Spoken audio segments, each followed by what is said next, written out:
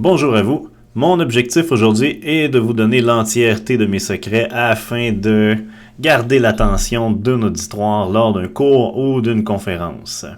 Je m'appelle Jacques Berger, je suis un spécialiste en génie logiciel et j'enseigne le génie logiciel dans une université depuis environ 15 ans. J'ai eu avec cette expérience l'occasion d'expérimenter beaucoup de choses et je vais vous révéler toute ma stratégie pour m'assurer que je garde l'attention de la majorité de mes étudiants au fil d'une séance de cours. Le premier point est vraiment évident, mais bien sûr, il faut d'abord et avant tout avoir quelque chose d'intéressant à dire. C'est sûr que quand on donne un cours, c'est pas toute la matière qui est toujours intéressante. Donc ça arrive dans certains cas où il y a des morceaux de la matière qui sont moins inspirants, qui sont nécessaires pour la suite. Dans le cas, ce qu'il faut faire, c'est rendre cette matière-là intéressante en expliquant à quoi elle sert. Si une matière n'est pas intéressante, c'est sûr que l'application de la matière va définitivement être utile à un moment ou à un autre. Donc, expliquer les applications réelles de cette matière-là et, si possible, ajouter un ou deux exemples d'utilisation réelle, concrète de ce concept-là. C'est beaucoup plus facile de comprendre le lien entre les différents concepts quand les concepts sont introduits dans un ordre cohérent et qu'il existe de bonnes transitions pour montrer le lien entre ces concepts-là, justement.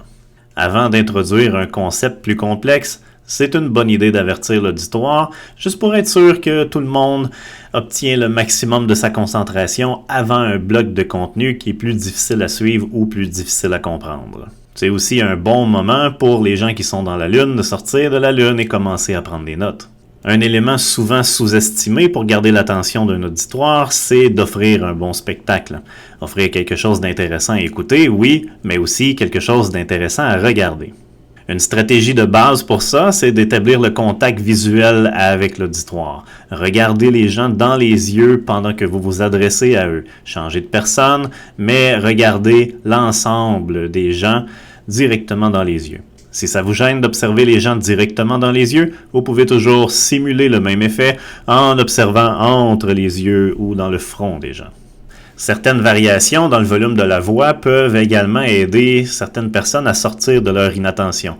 Donc, si vous décidez d'utiliser cette technique-là, vous pouvez monter un peu le volume de la voix à certains moments, le diminuer légèrement à certains endroits. Juste cette légère variation-là va entraîner un changement et va entraîner un petit regain d'attention. N'hésitez pas à vous déplacer aussi dans la salle. Un peu de mouvement peut attirer l'attention des gens qui sont plus visuels. Le dernier point, et non le moindre, vous pouvez utiliser l'humour pour aller rechercher l'attention des gens qui ont perdu leur attention sur votre discours. L'humour est une excellente façon de créer une réaction dans l'auditoire qui va réveiller les gens qui ont perdu ou égaré leur attention dans une autre direction. Si vous n'avez pas de bonne blague à dire à votre auditoire, vous pouvez avoir le même objectif en posant une question et en attendant une réaction de votre auditoire.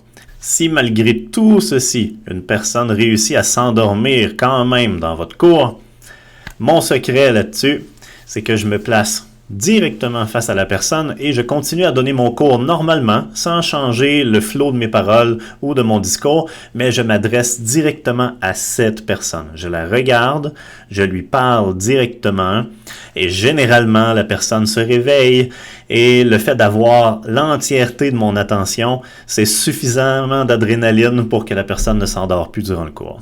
Si vous connaissez des astuces pour garder l'attention d'un groupe qui n'ont pas été mentionnées dans cette vidéo, s'il vous plaît, mentionnez-les en commentaire. Ça va me faire plaisir d'apprendre de vous. Pour le reste, je vous souhaite bonne chance et bonne expérimentation.